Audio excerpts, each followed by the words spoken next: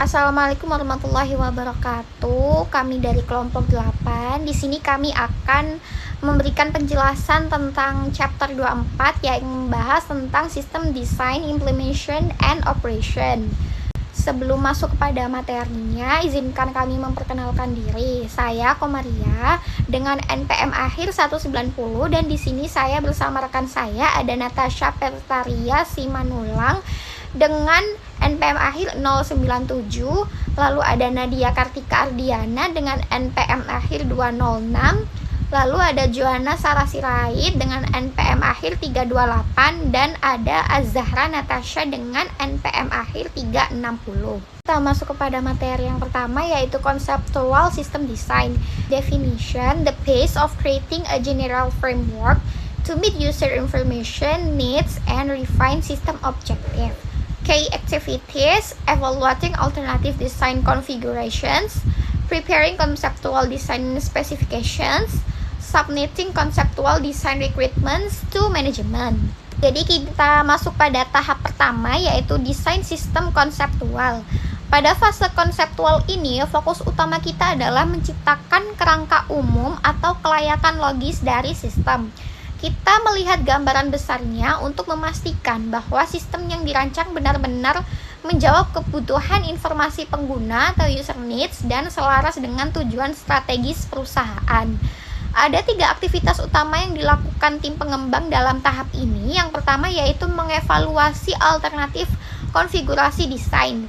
Kita tidak bisa langsung memilih satu cara. Tim akan menyusun beberapa alternatif. Misalnya, apakah kita akan membangun sistem ini sendiri secara mandiri atau in-house development, membeli software instan yang sudah jadi off the shelf, atau menggunakan jasa outsourcing. Lalu yang kedua, menyiapkan spesifikasi desain konseptual. Setelah alternatif-alternatif muncul, kita akan membuat spesifikasi umum mengenai bagaimana elemen input, proses, dan output akan berjalan secara logis. Yang ketiga ada menyerahkan persyaratan desain konseptual. Dokumen ini kemudian akan dilaporkan kepada pihak manajemen dan komite pengarah steering committee. Persetujuan di tahap konseptual ini sangat penting sebelum organisasi menggelontorkan dana yang lebih besar untuk masuk ke tahap teknis. Baik, pada slide ini saya akan menjelaskan mengenai evaluating desain alternatif atau proses mengevaluasi berbagai alternatif desain sistem. Dalam pengembangan sistem, biasanya terdapat beberapa pilihan desain yang dapat digunakan. Oleh karena itu, perusahaan perlu menentukan alternatif mana yang paling sesuai dengan kebutuhan organisasi. Kriteria pertama adalah user need. Artinya, sistem harus mampu memenuhi kebutuhan pengguna dan menyediakan informasi yang dibutuhkan organisasi. Sistem yang baik bukan hanya terlihat modern, tetapi juga benar-benar membantu aktivitas kerja pengguna menjadi lebih mudah dan efisien. Kriteria kedua adalah economic feasibility atau kelayakan ekonomi. Pada tahap ini, perusahaan mempertimbangkan biaya yang diperlukan untuk mengembangkan sistem, seperti biaya teknologi, biaya tenaga kerja, dan waktu pengerjaan. Setelah itu, biaya tersebut dibandingkan dengan manfaat yang akan diperoleh perusahaan di masa depan. Jadi, perusahaan harus memastikan bahwa sistem yang dibuat memberikan keuntungan yang sebanding dengan biaya yang dikeluarkan. Kriteria terakhir adalah kontrol standar. Sistem ini harus memiliki pengendalian internal yang baik agar data tetap aman, akurat, dan tidak mudah disalahgunakan. Selain itu, pengendalian juga membantu menjaga efektivitas dan efisiensi proses kerja dalam sistem. Selanjutnya ada Physical System Design atau desain fisik sistem. Tahap ini merupakan proses mengubah konsep sistem yang masih bersifat umum menjadi spesifikasi teknis yang lebih detail dan siap diprogram oleh developer. Dalam desain fisik sistem terdapat beberapa komponen penting yang perlu dirancang. Yang pertama adalah output. Output ini berkaitan dengan laporan dan tampilan layar yang nantinya akan digunakan pengguna. Contohnya seperti laporan penjualan, laporan keuangan, dan dashboard yang menampilkan informasi penting secara langsung. Yang kedua adalah input, yang mencangkup formulir dan metode penginputan data ke dalam sistem. Desain input harus dibuat sederhana dan mudah digunakan agar pengguna dapat memasukkan data dengan cepat dan meminimalkan kesalahan. Komponen ketiga adalah database, yang dimana berfungsi sebagai tempat penyimpanan data. Pada tahap ini, perusahaan menentukan struktur data, hubungan antar data, dan media penyimpanan yang digunakan agar data tetap dapat tersimpan dengan rapi dan mudah diakses. Komponen terakhir adalah prosedur dan processing. Bagian ini berkaitan dengan alur kerja sistem atau langkah-langkah proses yang terjadi di dalam sistem. Dengan prosedur yang jelas, sistem dapat berjalan lebih teratur dan efisien. Berikutnya ada output dan database design. Jadi dalam desain fisik sistem, proses biasanya dimulai dari perancangan output terlebih dahulu. Hal ini karena tujuan utama sistem adalah menghasilkan informasi yang dibutuhkan pengguna. Output dapat berupa beberapa jenis. Yang pertama ada schedule dokumen atau laporan rutin yang dibuat secara berkala. Misalnya laporan bulanan atau laporan harian. Yang kedua ada special report atau laporan khusus yang dibuat sesuai kebutuhan tertentu. Yang ketiga ada screen display atau tampilan layar seperti dashboard yang membantu pengguna memantau informasi secara cepat. Selain output, terdapat juga database design. Desain database bertujuan menentukan elemen data, hubungan antar data, metode akses data, dan keamanan data. Database yang baik akan membantu sistem bekerja lebih cepat, memudahkan pencarian informasi, dan menjaga keamanan data perusahaan. Jadi, dapat disimpulkan bahwa desain output dan database memiliki peran penting dalam menghasilkan sistem yang efektif, akurat, dan mudah digunakan oleh pengguna. Nah, jadi pada tahap program development steps ini proses pengembangan program ini dilakukan secara terstruktur agar sistem ini dapat berjalan dengan baik. Nah, langkah pertama adalah determine needs, yaitu mengidentifikasi kebutuhan pengguna dengan melakukan konsultasi untuk menentukan spesifikasi software yang dibutuhkan. Lalu yang langkah kedua itu write code, yaitu proses penulisan kode program menggunakan teknik pemrograman yang terstruktur dan modular agar mudah dikembangkan. Langkah ketiga yaitu debugging and testing. Nah, pada tahap ini program ini menguji untuk menemukan dan memperbaiki kesalahan atau bug agar sistem ini dapat berjalan dengan optimal.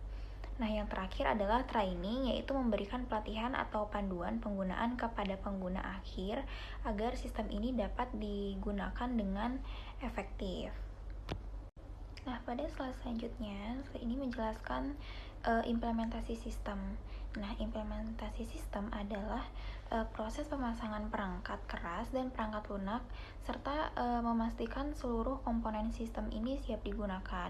Nah, keberhasilan implementasi sistem ini sangat bergantung pada perencanaan yang matang. Hal ini meliputi koordinasi tugas, penyusunan anggaran, penentuan jadwal, hingga pengalokasian sumber daya manusia. Nah, dengan implementasi yang baik, sistem ini dapat berjalan sesuai tujuan dan mendukung aktivitas organisasi secara lebih efektif. Nah, pada slide terakhir ini membahas mengenai planning and site preparation atau perencanaan dan persiapan lokasi sebelum implementasi dilakukan. Nah, tahap pertama adalah site preparation, yaitu mempersiapkan fasilitas pendukung seperti ruang server, kestabilan listrik, pendingin ruangan, serta jaringan komunikasi agar sistem ini dapat beroperasi dengan lancar. Selain itu, dilakukan personal training, yaitu pelatihan intensif kepada operator sistem dan pengguna akhir mengenai penggunaan perangkat, software, serta prosedur baru yang diterapkan. Nah, dengan persiapan lokasi dan pelatihan yang baik, proses implementasi sistem ini dapat berjalan lebih efektif dan meminimalkan kendala saat digunakan. Materi berikutnya yaitu metode pengujian sistem. Sebelum sebuah sistem digunakan secara penuh, sistem tersebut harus melalui proses testing atau pengujian terlebih dahulu. Tujuan testing adalah memastikan bahwa sistem dapat berjalan dengan baik, menghasilkan data yang akurat, dan mengurangi resiko error saat digunakan oleh perusahaan. Pengujian sistem sangat penting karena kesalahan kecil dalam sistem bisa menyebabkan kerugian besar bagi perusahaan. Yang pertama adalah walkthroughs. Walkthroughs adalah proses pengecekan langkah demi langkah terhadap prosedur atau logika program untuk menemukan kesalahan, error, atau bagian yang kurang tepat. Pengujian ini biasanya dilakukan oleh tim developer bersama pengguna sistem sejak awal pengembangan. Dalam proses ini, developer memeriksa alur input, proses file, output, dan aliran data pada sistem. Setelah itu, programmer juga melakukan pengecekan terhadap struktur dan logika kode program. Dengan adanya walkthroughs, kesalahan dapat ditemukan lebih awal sehingga proses pengembangan menjadi lebih efisien. Yang kedua yaitu pengolahan data uji. Metode kedua adalah processing test data atau pengolahan data uji. Pada metode ini, developer memasukkan data uji ke dalam sistem, baik data yang benar maupun data yang sengaja dibuat salah. Tujuannya adalah melihat apakah sistem dapat memproses transaksi dengan benar dan mendeteksi error dengan baik. Misalnya, developer mencoba memasukkan data yang tidak lengkap atau angka yang salah untuk melihat apakah sistem dapat memberikan peringatan error. Sebelum testing dilakukan, hasil yang diharapkan dari setiap data uji biasanya sudah ditentukan terlebih dahulu supaya hasil testing bisa dievaluasi dengan jelas. Yang ketiga, acceptance test. Acceptance test atau pengujian penerimaan adalah tahap terakhir dalam testing sistem. Pada tahap ini, sistem diuji menggunakan data transaksi yang asli bukan data percobaan. Pengguna atau end user akan mencoba sistem secara langsung untuk memastikan apakah sistem sudah sesuai dengan kebutuhan perusahaan. Selain itu, pengguna juga menentukan standar atau kriteria penerimaan sistem. Jadi, sistem sudah memenuhi kebutuhan dan berjalan dengan baik, maka sistem akan diterima dan siap digunakan secara penuh oleh perusahaan. Secara keseluruhan, ketiga metode testing ini membantu perusahaan memastikan bahwa sistem yang dikembangkan benar-benar aman, efektif, dan siap digunakan dalam kegiatan operasional sehari-hari perusahaan. Selanjutnya, yaitu strategi konversi sistem.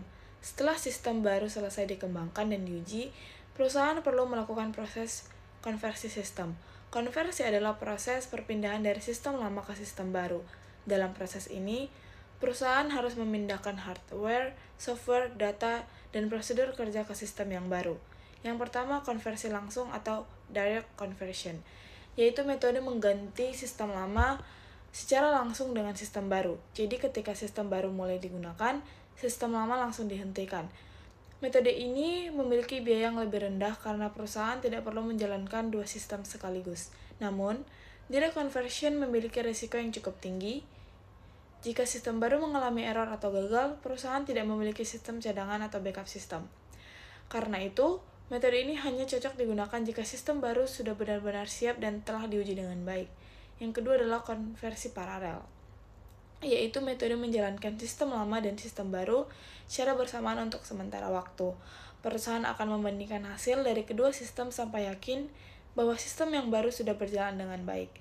Metode ini dianggap metode yang paling aman karena perusahaan masih memiliki backup dari sistem lama jika terjadi masalah pada sistem yang baru. Namun, biaya dan tenaga yang dibutuhkan lebih besar karena transaksi harus diproses 2 kali. Yang ketiga adalah konversi bertahap. Phase-in conversion atau konversi bertahap dilakukan dengan mengganti bagian-bagian sistem lama secara perlahan. Misalnya, perusahaan mengganti modul inventory terlebih dahulu, kemudian modul penjualan, lalu modul lainnya, sampai seluruh sistem baru siap digunakan. Metode ini membantu perusahaan beradaptasi secara perlahan terhadap sistem baru. Namun, proses konversi biasanya membutuhkan waktu yang lebih lama dan perusahaan perlu membuat penghubung sementara antara sistem lama dengan sistem yang baru. Yang keempat adalah konversi pilot. Konversi pilot adalah metode mencoba sistem baru hanya pada satu cadangan atau satu bagian perusahaan terlebih dahulu. Jika sistem berjalan dengan baik dan masalah berhasil diperbaiki, barulah sistem diterapkan ke seluruh perusahaan. Keuntungan metode ini adalah perusahaan dapat mengurangi risiko karena masalah hanya terjadi pada satu lokasi saja. Selain itu, perusahaan juga bisa melakukan pelatihan pengguna secara langsung sebelum sistem diterapkan secara penuh dalam perusahaan. Operasi dan pemeliharaan sistem. Tahap terakhir dalam SDLC adalah Operation and Maintenance atau operasi dalam pemeliharaan sistem. Setelah sistem baru digunakan, perusahaan tetap perlu melakukan evaluasi untuk memastikan sistem berjalan sesuai tujuan yang direncanakan. Evaluasi ini disebut Post-Implementation Review atau evaluasi pasca implementasi. Post-Implementation Review dilakukan untuk melihat apakah sistem sudah memenuhi tujuan perusahaan, apakah pengguna merasa puas, apakah biaya sesuai dengan anggaran, dan apakah sistem mampu menghasilkan informasi yang akurat dan tepat waktu. Jika ditemukan masalah, perusahaan akan melakukan perbaikan atau penyesuaian pada sistem. Selain itu, dalam pengembangan sistem terdapat pembagian effort atau sumber daya dalam SDLC. Sekitar 30% effort digunakan untuk tahap pengembangan sistem seperti design and implementation, sedangkan sekitar 70% effort justru digunakan pada tahap maintenance dan modification setelah sistem digunakan. Hal ini menunjukkan bahwa sebagian besar waktu dan biaya dalam sebuah sistem digunakan untuk memperbaiki error, melakukan update, menyesuaikan sistem dengan kebutuhan bisnis, dan meningkatkan performa sistem setelah sistem berjalan. Karena itu, maintenance menjadi bagian yang sangat penting agar sistem tetap efektif dan relevan dalam jangka panjang. Baiklah, kita masuk ke kesimpulan. Jadi dari materi ini dapat disimpulkan bahwa sukses atau tidaknya sebuah sistem baru itu bukan hanya soal urusan teknologi yang canggih saja, tetapi yang paling penting adalah bagaimana kita melibatkan orang-orang yang akan memakai sistem baru itu atau usernya, mulai dari saat kita merancang ide dasarnya sampai memberikan mereka pelatihan atau waktu sistemnya ini sudah jadi. Nah, proses pembuatan sistem ini panjang dan tidak boleh sembarangan. Dari ide kasar atau konseptual desainnya, kita ubah jadi rancangan teknis yang detail atau physical desainnya seperti membuat tampilan laporan dan database-nya. Setelah itu kita tes agar tidak terjadi error, sampai akhirnya kita memilih cara yang paling aman agar aman untuk migrasi dari sistem lama ke sistem baru atau conversion-nya. Tapi perlu diingat, untuk membuat sistem itu masih baru langkah awal, karena kenyataannya 70% waktu dan biaya justru akan habis untuk merawat, memperbaiki, dan memperbarui sistem itu saat sudah jalan nanti atau maintenance. Intinya, pengembangan sistem ini adalah proses yang akan terus berputar dan tidak pernah berhenti agar bisnis perusahaan kita itu tetap maju dan siap menghadapi perubahan. Baiklah, sekian dari presentasi kami mengenai chapter 24 ini. Dari seluruh siklus SDLC yang sudah kami bahas, kita bisa melihat bahwa membangun sistem informasi akuntansi adalah sebuah investasi jangka panjang yang membutuhkan adaptasi secara terus-menerus. Kami mohon maaf jika ada kekurangan atau salah kata dalam penyampaian kami. Kami berterima kasih atas perhatian kalian. Wassalamualaikum warahmatullahi wabarakatuh.